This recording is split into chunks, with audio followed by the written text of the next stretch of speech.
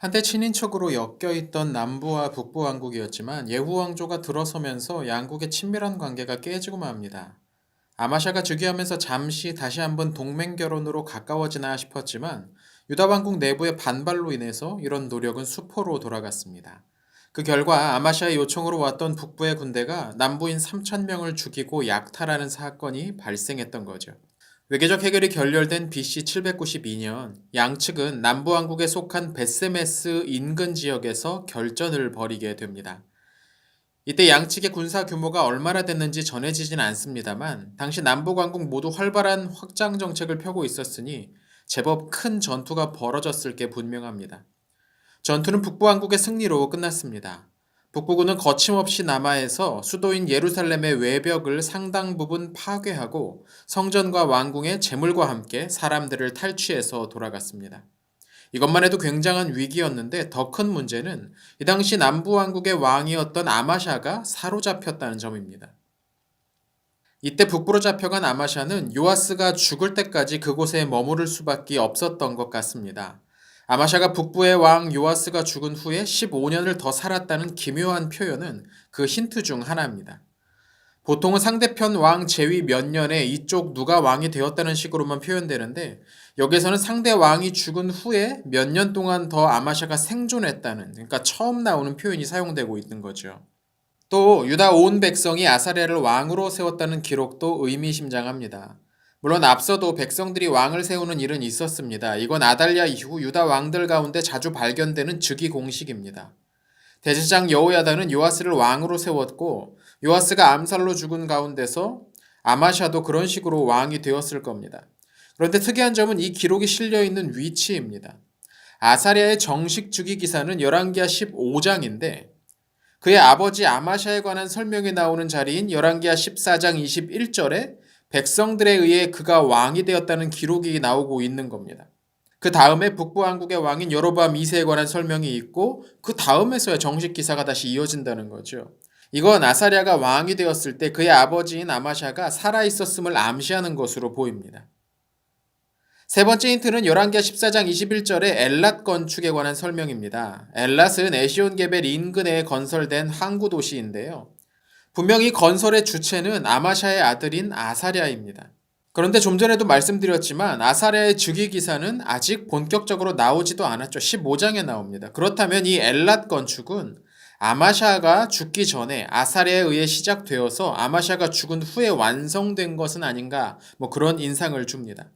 사실 이 시기 왕들의 재위 기간을 모두 더하면 지나치게 연대가 길어져 버리는 결과가 나옵니다. 우리는 성경 속 몇몇 기사들을 아시리아나 바벨론 인근 국가의 기록과 대조할 수 있는데요. 이 긴 연대는 이 모든 것을 엉클어뜨려 버립니다. 아마도 왕들 사이에 함께 계산되는 시간들, 그러니까 공위의 기간들이 있었던 것으로 보입니다. 이미 앞서 아사 말년 발에 병이 들어 그의 아들인 여호사밧이 섭정을 한 3년이 있었고 여호사밧은 아합과 함께 길랏 라못 전투에 나서면서 아들인 여호람을 일찌감치 공동 통치자로 앉혔습니다. 그리고 여기 아마샤와 그의 아들인 아사랴 사이에도 약 25년의 공위 기간이 있었던 것으로 보입니다. 자세한 내용은 이 시리즈 처음 소개해드렸던 딜레의 책을 참고해 보시면 좋을 것 같습니다. 그렇게 왕이 사로잡혀간 남부 왕국은 큰 위기에 빠집니다. 남부의 귀족들은 서둘러 아마샤의 아들인 아사랴를 새로운 왕으로 세우지요. BC 792년 말이었습니다. 역대기에는 우시야라고 부르는 바로 그 인물입니다. 이때 그의 나이가 16살이었습니다. 우시야의 통치를 설명하는 표현은 그가 여호와 보시기에 정직하게 행했다라는 것인데 이것은 그의 통치 초기에 성전의 제사장 세력들과 우호적인 관계에 있었음을 보여줍니다. 그의 나이를 고려해 볼 때 아버지와 마찬가지로 아사랴 역시 이들에 의해서 왕으로 추대되었을 가능성이 높습니다. 그리고 마침 이 즈음 오랜만에 왕 곁에서 조언을 해주는 선지자가 나타납니다. 스가랴라는 인물이었습니다. 이 어린 왕은 아버지와 마찬가지로 나라를 부강하게 만들 생각으로 가득 차 있었습니다. 그러기 위해서는 북부 왕국을 극복해야만 했는데 당장 군사적인 대결을 벌이기에는 상황이 여의치 않았습니다. 때문에 그는 국력을 저변에서부터 강화하기 위한 그런 계획을 추진합니다. 52년이라는 긴 통치 기간은 이런 계획을 실행할 수 있는 충분한 시간이 되어 주었을 겁니다. 역대기에는 아사랴가 추진했던 경제 개발 정책들이 소개되어 있습니다.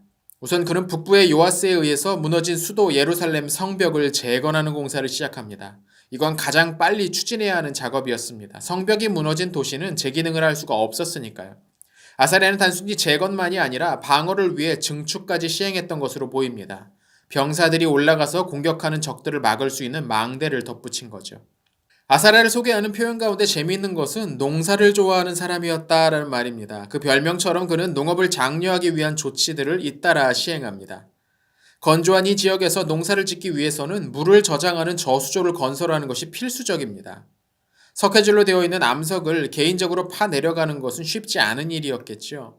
아사랴는 이 일을 국가적 단위의 대대적인 사업으로 확장시킨 게 아닌가 싶습니다. 뿐만 아니라 농지에서 농사를 짓는 이들을 지키기 위한 요새를 곳곳에 새로 건설했습니다.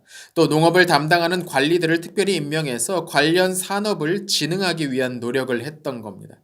단순히 농사만이 아니라 가축을 조직적으로 기르는 사업도 함께 추진했습니다. 이런 조치들은 우선 내부에서 최대한 힘을 끌어올리라는 작업이었을 겁니다.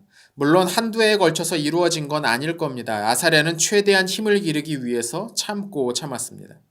그리고 그렇게 어느 정도 경제력이 회복되면서 이제 군사력을 강화하기 위한 조치들을 이어갑니다. 이 시기 인구조사란 결과가 역대기에 실려 있는데요. 2,600명의 족장들, 즉 가문의 대표자들과 그 산하 30만 7,500명의 병사들이 있었다고 합니다. 물론 이건 동원할 수 있는 예비 전력의 총 숫자로 보는 게 맞을 겁니다. 단순히 병사를 모아놓는 것만으로 전력이 되진 않습니다. 이들에게는 훈련이 필요했고 적절한 수준의 무장도 필수적이었습니다. 보통 고대의 병사들은 자기들이 사용할 무기를 각자 준비하는 것이 일반적이었습니다. 군장이 통일되지가 않은 거죠. 하지만 기록을 보면 이 시기 아사랴는 국가적 차원에서 무기를 비축하기 시작했던 것으로 보입니다. 이를 위해서 특별히 재능 있는 발명가들, 연구자들을 모으기까지 합니다. 이들은 성벽 위에서 적들에게 화살과 돌을 날릴 수 있는 기구를 제작해 배치하죠. 저는 이 아사랴의 기록들을 읽다 보면 세종대왕의 이야기가 문득 떠오르기도 합니다. 그렇게 남부의 아사랴가 아버지의 패전을 곱씹으면서 하나씩 준비해가고 있을 무렵 북부의 요아스는 이후 별다른 움직임을 보이지 않고 있었습니다. 참고로 이 요아스 때부터 북부왕국의 제위계산법도 무주기년 방식에서 주기년 방식으로 바뀝니다. 당시 아시리아가 주기년 방식을 사용하고 있었는데 아마 그 영향이 아니었나 싶습니다. 요아스는 친아시리아 정책을 통해서 아람을 견제할 수 있었으니 더 많은 영향을 받았겠죠. 참고로 북부의 요아스는 베세메스 전투를 준비하면서 자신의 아들인 여로보암을 공동 통치자로 세워두었습니다.